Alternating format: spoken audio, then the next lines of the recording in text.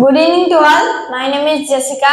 ఈరోజు నేను anger situation, నా లైఫ్లో జరిగిన యాంగర్ సిచ్యువేషన్స్ గురించి చెప్పబోతున్నాను. యాంగర్ అనేది నాలో ఉన్న అన్ని ఎమోషన్స్ కంటే very strong and very powerful.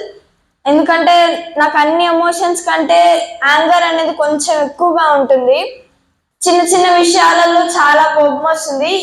ఈ ఒక్క సిచ్యువేషన్లో చాలా ఎక్కువ కోపడ్డా అని ఏమి ఉండదు. ప్రతి సిచ్యువేషన్స్లో నేను హై లెవెల్లోనే కోపడతాను. అది నాకున్న యాంగర్ డిసార్డర్.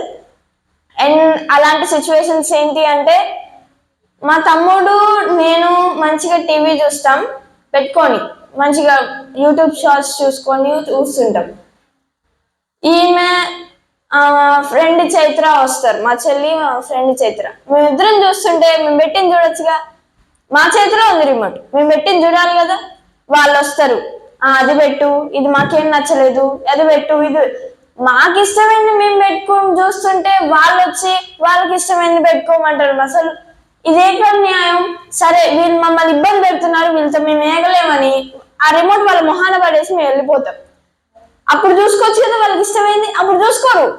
అప్పుడు ఒక 2-3 సెకండ్స్ ఇలా ఇలా చూస్తారు, అలా అదేదో నొక్కుతారు, వెళ్ళిపోతారు ఆడుకోవడానికి. చూసేది మమ్మల్ని సరిగ్గా చూడనీరు, వాళ్ళు సరిగ్గా చూడనీరు. అప్పుడు నాకు వచ్చే కోపం, ఫ్రస్ట్రేషన్, నేను మా మమ్మీ అరిచేస్తా. మా మమ్మీ అసలు చాలా తిడుతుంది అప్పుడు కొన్నిసార్లు. అండ్ మా మమ్మీ పనులు చెప్పినప్పుడు మా చెల్ల బట్టలు ఆరేయడం, వాషింగ్ మిషన్లో తీసి బట్టలు ఆరేయడం, గిన్నెలు బయట వేయడం, ఇల్లు ఉడ్చడం, ఇవన్నీ చెప్తుంది. నేను ఈ పని చేస్తా, నువ్వు ఇదే చెయ్యి అంటది. అంటే నాకు హార్డ్ వర్క్ ఇచ్చి ఆమె మాత్రం చిన్న వర్క్ చేసుకొని పోతుంది.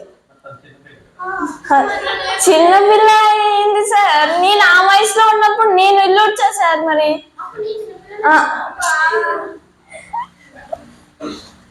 చిన్న వర్క్లు తీసుకుని నాకు పెద్ద వర్క్ ఇచ్చేస్తుంది. నాకు అప్పుడు చాలా కోపం వస్తుంది.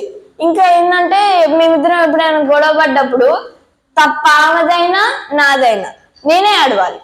మరి అదేందో అర్థమే కాదు. ఆమె తప్పైతే నేర్చుకుంటూ కూర్చుంటుంది, మమ్మీ వచ్చి నన్ను తిడుతుంది, ఎందుకు ఏడిపించినామని అని. అదే తప్పు నాదైతే సరే నేను సారీ చెప్తా. తప్ప ఆమెదైనా నాదైనా నేనే ఆమెను బతులాడుకోవాలి, వద్దు చెల్లా అని. అప్పుడు నాకు అసలు బదులాడడం, వెయిట్ చేయడం అసలు నాకు నచ్చవు. అసలు నాకు చాలా చాలా చాలా కోపం వస్తుంది.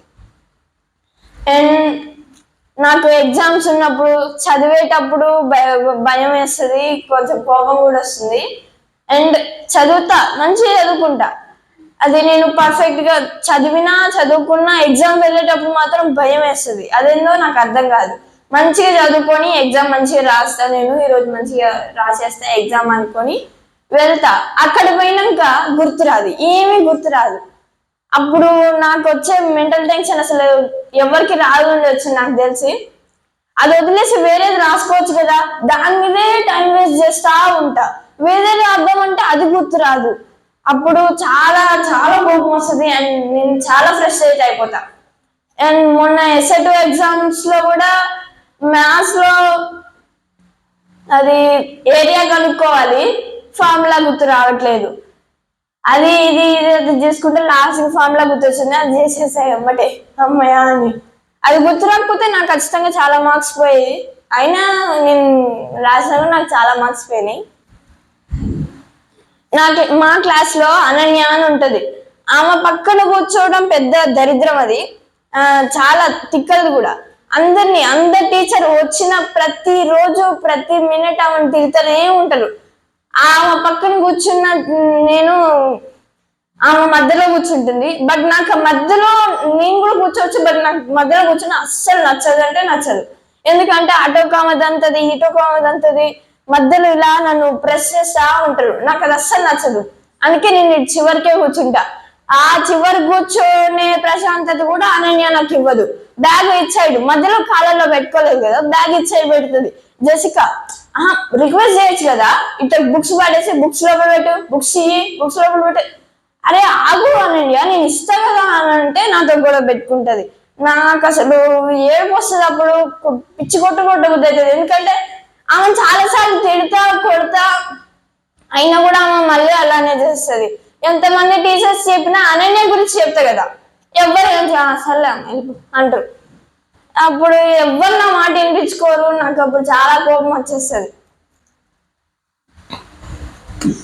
ఏమో సార్, మా చెల్ల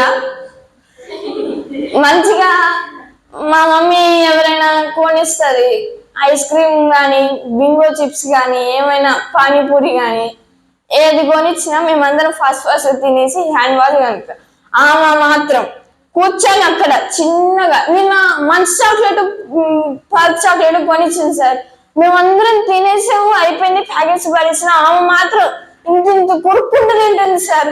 నాకు అసలు వాము ఎంత కోపం వచ్చింది అంటే, ఆమె దిక్కు నేను చూడలేదు, మళ్ళా నా దిక్కు చూడ ఆమె అక్క నా దిక్కు చూడాలని చిన్న చిన్నగా ఇలా ఇలా చేస్తుంది సార్. నాకు అసలు చాలా కోపం వచ్చింది అప్పుడు. అండ్ నేను అప్పుడు మూవీ చూస్తున్నా కాబట్టి మూవీ చూసుకుంటే ఆమెను పట్టించుకోలేదు. ఇంకా ఆమె తినేసి సైలెంట్ ఉండిపోయింది. ఊరిస్తారు బాగా, ఊరించిన ఎక్కువ సార్. ఈమెకి నన్ను ఏడిపిస్తుంది కూడా కొన్నిసార్లు. ఖాళీగా ఉన్నాం, అన్ని పనులు అయిపోయినాయి, అన్ని ఎగ్జామ్స్ అయిపోయినాయి, ఖాళీగా ఉన్నాం. ఏదో ఒకటి గెలుక్కుంటే సార్ నన్ను ఏదో ఒకటి నా జుట్టు బీకడము, నన్ను కొట్టడము, తిట్టడము, లేదా వాళ్ళ ఫ్రెండ్ని తీసుకొచ్చి నాకు చికెన్ గుళ్ళు పెట్టడము. అరే వద్దు వద్దు వద్దు అంటే నన్ను విసిగిస్తూనే ఉంటది. నన్ను బదిలాడించుకోవడం, నన్ను విసిగించడం మా చెల్లెకి చాలా ఇష్టం. అది చాలా చాలా ఇష్టం. ముఖ్యంగా బదిలాడించుకుంటే నాకు మాత్రం అప్పుడు చాలా చాలా కోపం వస్తుంది.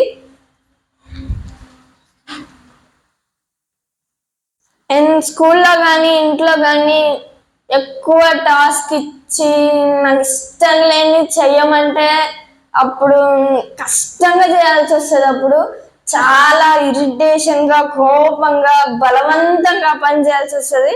మొత్తం పని అయిపోయిన తర్వాత పిచ్చి కోపంతో నేను ఉంటా, ఎందుకంటే ఫ్రస్ట్రేషన్లో ఉంటా. అప్పుడు వస్తుంది అప్పుడు వచ్చి ఏదో ఒకటి మళ్ళీ నా మీద స్టార్ట్ చేస్తుంది. మా తమ్ముడేమో ఊకే ఫోన్ చూస్తాడు. వాడేమో ఊకే ఫోన్ చూస్తున్నావు ఎందుకు రా ఫోన్ ఆడబడే అంటే ఒక్కసారి చూసేస్తే అంటాడు. ప్రతిసారి అన్నది అరే ఫోన్ ఆడబెట్టరా అంటే ఒక్కసారి అంటాడు. నాకు అది బాగా ఇరిటేషన్ తెప్పిస్తుంది. ఈ కోపం అనేది ఇగో ఇలా చిన్న చిన్న వాటికే కోపపడ్డం నాకు బాగా అలవాటు అయిపోయింది. ఎంత తగ్గించుకున్నా మళ్ళీ ఇలా కోపడకూడదు, ఇలా పేషెన్స్ గా ఉండాలి. ఈ మంచి మాటలు ఎవ్వరు చెప్పినా కోపం పడే సిచ్యువేషన్ వచ్చినప్పుడు వాళ్ళు చెప్పిన మాటలు ఏవి గుర్తుండవు.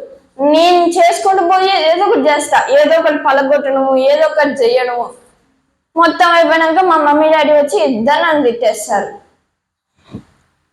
అలా అయిపోతుంది. And thank you for giving me this opportunity, Revanth and జాస్వా, and thank you for listeners.